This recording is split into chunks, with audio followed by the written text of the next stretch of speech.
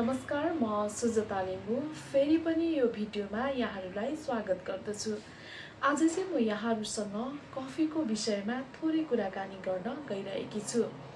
सामान्यतया कफी हामी चाहिँ एउटा संवादको बहानाको रूपमा लिन्छौँ। यहाँहरूले कसरी लिनुहुन्छ? म चाहिँ साथीभाइ भेटघाट र संवादको बहानाको रूपमा लिने गर्दछु। र कफी चाहिँ मलाई बिहान उठ्ने बित्तिकै एक कप कफी नखाइकन हुँदैन। यहाँहरूको बानी चाहिँ कस्तो छ हैन? मैले जोड्न खोजेको कफीलाई अर्थसँग अनि आत्मविश्वाससँग र साहससँग जोडेकी छु। आज चाहिँ मैले चाहिँ लाइट नेपालमा एकजना साहसी महिला उहाँ चाहिँ कफी विज्ञ पनि हुनुहुन्छ। मैले उहाँको प्रोफाइल स्टोरी गरेकी थिएँ। त्यसकै विषयमा उहाँकै यो प्रोफाइल स्टोरीलाई छोटो भिडियो मार्फत मैले प्रस्तुत गर्न गइरहेकी छु। पक्कै पनि यहाँहरूले भिडियो हेरेर प्रतिक्रिया दिनुहुन्छ भन्ने अपेक्षा राखेको छु। साथीभाइहरूको भेटघाटमा कफी आज संवादको बहाना मात्रै बनेको छ। तर एक कप कफी कसरी आत्मनिर्भर, भविष्य, अन्तर्राष्ट्रिय पहिचान र गिनिज वर्ल्ड रेकर्ड बन्न सक्छ, त्यसको ज्वलन्त उदाहरण हुन् दाबुटी शेर्पा। दोलखाको विकट सिमी गाउँबाट काठमाडौँको संघर्षसम्म आइपुग्दा उनले केवल कफी मात्रै बनाइनन्।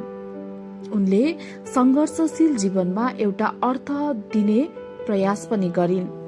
आफ्नो श्रम, सिप र आत्मविश्वासबाट 13 वर्षको निरन्तर अभ्यासपछि एउटा प्रश्न खडा गरिन्, जुन आफैलाई थियो, नेपाली कफी किन विश्वको चुचुरोसम्म नपुग्ने? त्यही प्रश्नलाई आत्मसात गर्दै उनले उत्तर पनि आफै खोज्ने प्रयास गरिन्। त्यसपछि सुरु भयो साहसको यात्रा। निरन्तर प्रयास, आत्मविश्वास र आत्मबलकै कारण 14 मे 2018 बिहान 8 बजे 8848 मिटर उचाइमा सगरमाथाको शिखरमा उनले हिमालयन अरबिका कफी तयार पारिन्। त्यो केवल कफी मात्रै थिएन, त्यो थियो नेपाली कृषि, श्रम र सम्भावनाको स्वाद। त्यही क्षण उनी बनिन् सगरमाथामा कफी बनाउने पहिलो बारिस्टा र नाम लेखियो गिनिज बुक अफ वर्ल्ड रेकर्डमा।